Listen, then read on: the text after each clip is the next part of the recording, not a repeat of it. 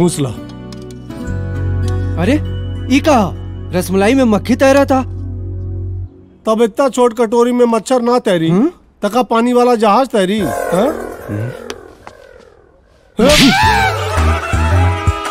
जेके देखा हुआ थपड़िया दे। रसमलाई के जगह पे मक्खी खिया। पंडित जी यहाँ वा।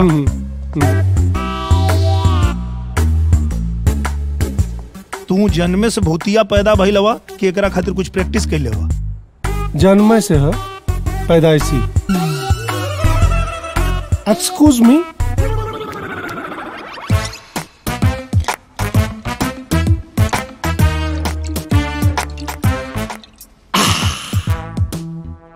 तेरा गम अगर न होता तो शराब मैं न पीता। केकर गम हतो के जो हमेशा पियत रहेला? भाई साहब केहू कता हा, लेकिन ई ना पता केकर गम, पर केहू का गम हा। तेरा गम अगर न होता तो शराब मैं न पीता।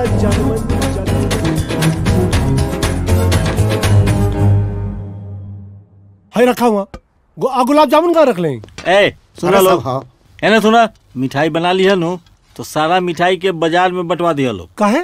वो काहे? काहे मतलब? अरे जब मिठाई के स्वाद लोग के जबान पे लागी, दुकान अपने आप चले लगी। ये सही बात कहनी है। ठीक है, चलो चाचा। ठीक। हे सही बात। तने सर अभी का एक सोडा का सोडा।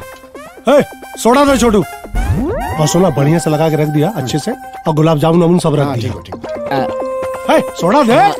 सोडा लाओ सोडा। और हाँ, जॉन भी फरमाइश हो कुल चीज ले आके रख दी। वो लोग जॉन भी मांगे टाइम पे बन जाए चाहिए। हाँ हाँ ठीक। लेबे घुट तू नाम होगा के चाहिए। काशी बनोने बड़ा है। काशी काशी है ला भैया, घरों ले जाके खियाई है। फिर मैं बता। अरे तू यहाँ? अरे लाइन से आवा। चला पकड़ा। सबके मिली। हैं? अब जा यहाँ से। बढ़िया मिठाई बनल बा, काशी बनोने बड़ा काशी। हाँ चलो चलो चलो। खाई बा कंगनी चट बा लोग। आवा जल्दी आओ, ले जा ले जा। खा के मस्त हो जा लोग। अरे आराम से जो, आराम से। ला बेटी चलो।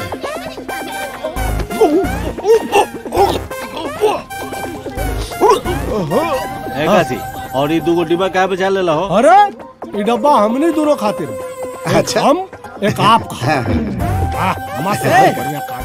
मिठाई के बने लखा रे। अरे ई लोगन के लगा तो मिठाई बहुत पसंद आ गई बा। हमारे अलावा और के बनाई मिठाई? हम बनौनी। अच्छा तब मिठाई में जमल खोटा मिलौनी रे।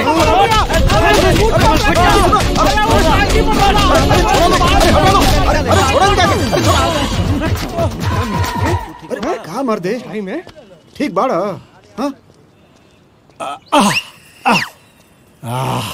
बचपन से लात खाए का टेंशन मत लो। अभी कहा? बाप रे, तू हो ना सुधर वाले की। हम लिखा रहे तारी दर्द कम हो जाई। तेरा गम अगर ना हो, मिठाई खाओ पंडित, ना होता।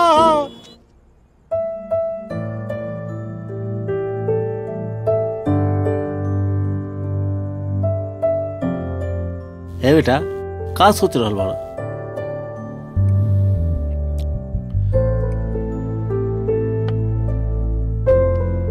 यह सोचा था नहीं, ये कारीगर लोग के भरोसे कारोबार ना चल पाई। बेटा, होटल और मिठाई के व्यापार के लिए मिठाई बनावे के कारीगरी खुद आवे के चाहिए। बात तो सही बा। ये काम सीखे कहाँ से? अरे इंटरनेट से बेटा। यहाँ तो इंटरनेट से घरे बैठे लोग शराब बनावे के विधि सीख रहा बा। तब हमनी के मिठाई ना बना ले जाई। बात तो सही बा। कलाकंद बनाने की विधि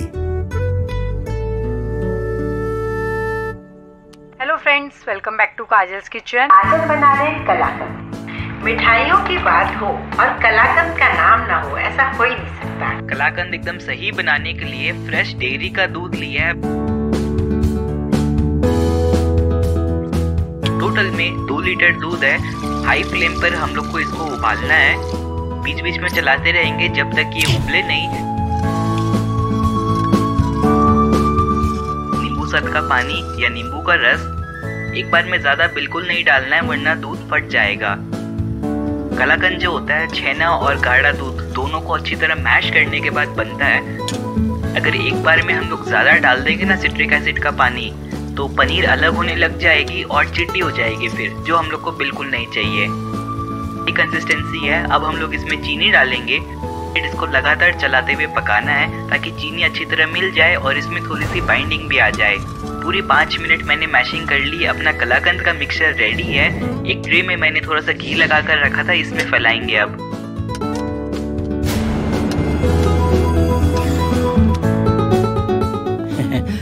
बढ़िया बेटा।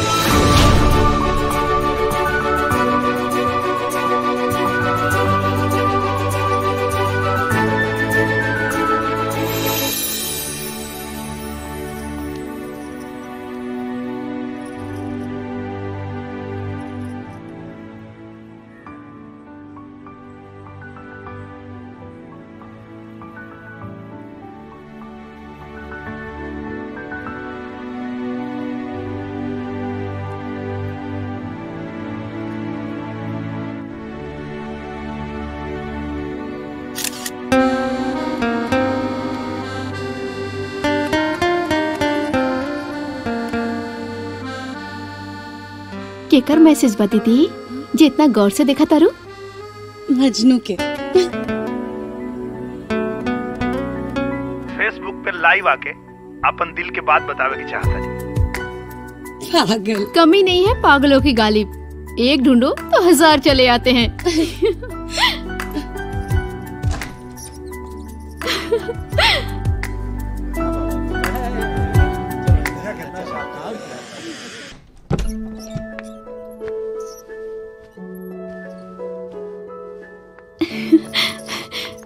दीदिया।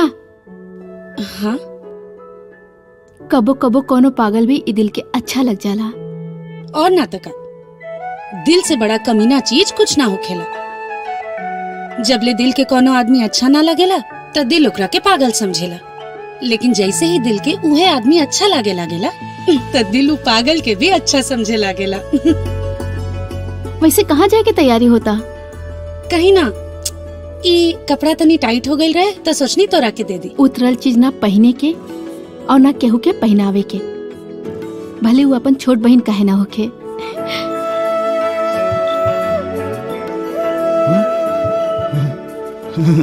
कंचन, ए बेटा कंचन, कंचन बेटी। जी। अरे नहीं आवा। हाँ। का भेल जी? अरे कंचन खाती खुशखबरी बा। अच्छा? कहाँ बिया?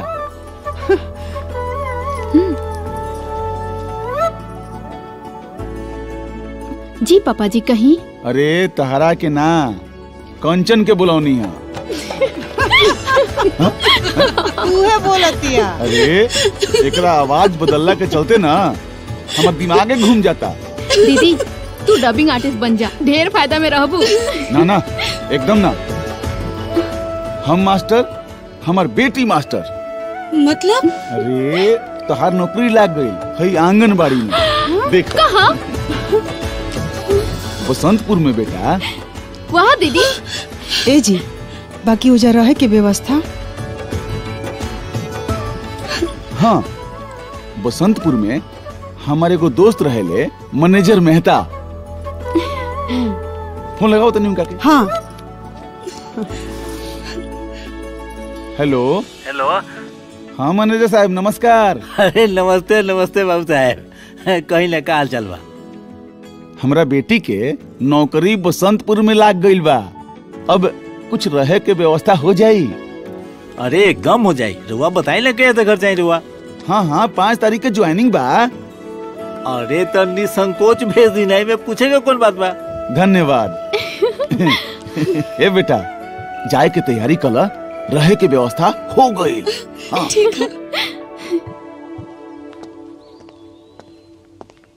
बैठी चचा। विजय बेटा। हाँ चचा। वो शहर में जे तोहर मकान बानू, ओकर ऊपर वाला कमरा के हम चाहतानी भाड़ा पर लगा देवे के। अरे जब आप हाँ बोल देले बानी तो दे दी, हम आपके मना कैसे कर सकतानी? कोई दूसरा नहीं खे? हमारे को दोस्त बा नेसवन, उनकरे बिटिया हिया उहे रही। हाँ कौन बात? हाँ बेटा दे देता। दे दी। ठीक बा विजय, चलो हाँ। तनी। लाखों में हजारों में एक तू ना। ए काजी, एगो बात सुना। ऊपर वाला जे कमरा बानू ओकर सफाई करवा दिया। हमारे एगो दोस्त के लड़की में रही। पगलेटा बाड़ी काजी, इतना सुंदर घर में लकड़ी रखाई? हम लड़की कहनी है, लड़की, लकड़ी ना। बिना पिटैले तोरा चैन ना आवेला? सोना कुटैला के बाद ही गहना बनेला।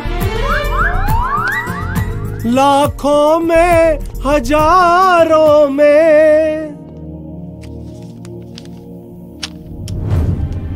रे पत्ता बाटे के तच्चे।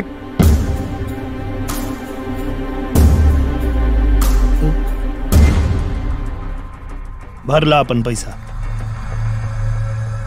पिन दे जल्दी।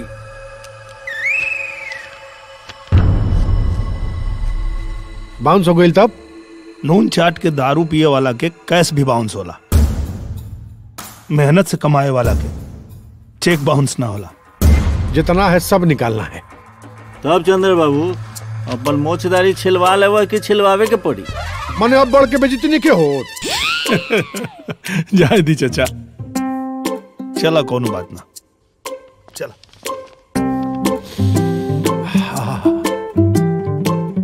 मन कम ने सबा। इन्वेस्टमेंट देख ले हो, पूरा आ गई। बैठ आओ भाई गुलाम। हाँ।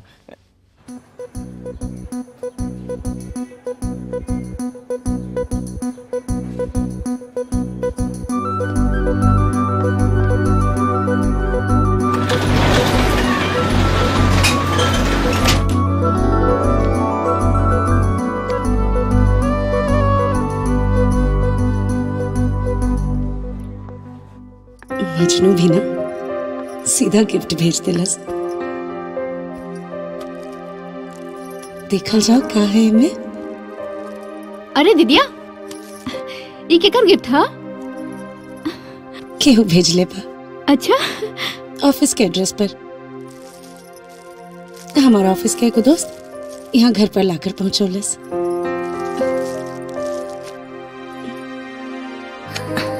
वाह, कितना सुंदर अंगूठी बा।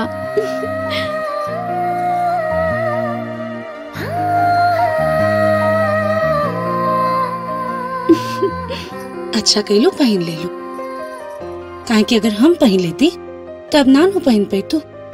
काहे कि केहू के उतरल तो तोहरा के पसंद नहीं खे। रुको दीदिया।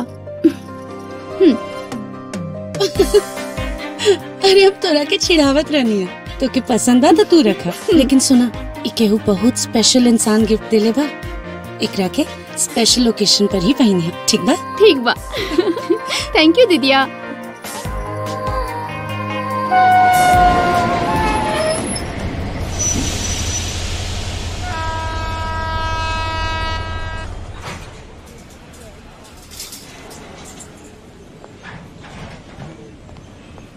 अरे बिटिया आ गई। प्रणाम। तनका देर हो गई, आओ चल। आई। ट्रैफिक बड़ा लागल रहला।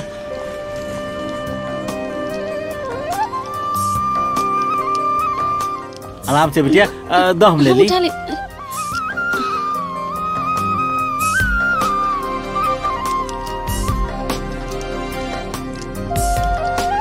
ए लिखा एने आवा, बसंतपुर चलबा।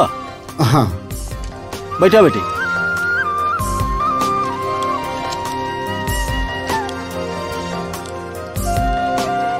बैठा बेटा।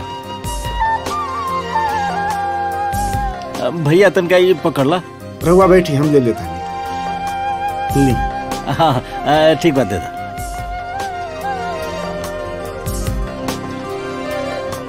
अरे भैया चलो।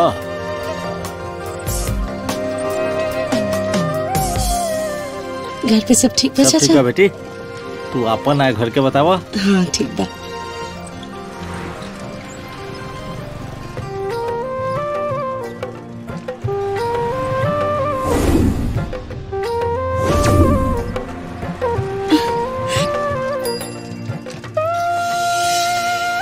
अरे छोटा जी भैया, गाड़ी निकाल, गाड़ी निकाल जल्दी से।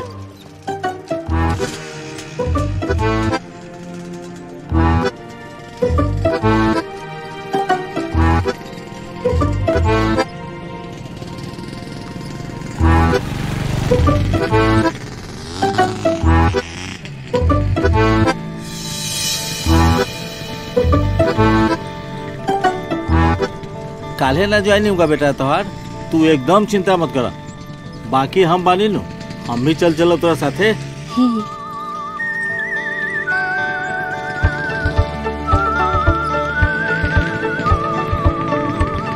गाड़ा बचा के रे भाई।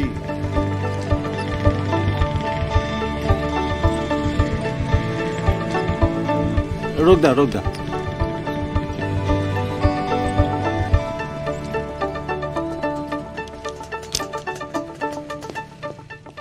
कय गो पैसा भेल? 100 रुपया भेल। इला हरनवा के तरवा निकल गई बका। चला बेटा। लागत तक कलेचवा के बाहर छोट हो गई बा।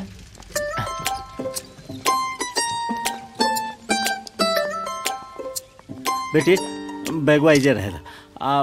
उ कमरा ऊपर बा, चला दिखा दी। अच्छा आवा, ठीक आवा। है। आराम से है बेटा। जी देखा था का? जी भैया। देखा था ना। अब जी भैया। बेटा घर पसंद बानू? जी बहुत अच्छा बा। हाँ हाँ हाँ। लगा था काम बन गई। बन जाई भैया। ही लोग के बा। अरे बेटा इल्लत खोर बारे सा।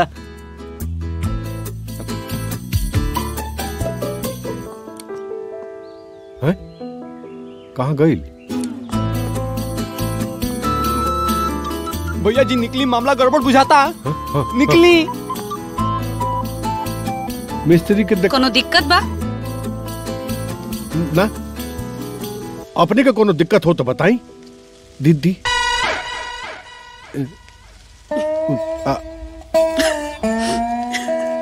का भैया जी? दीदी तोर दीदी। अच्छा चल बैठ।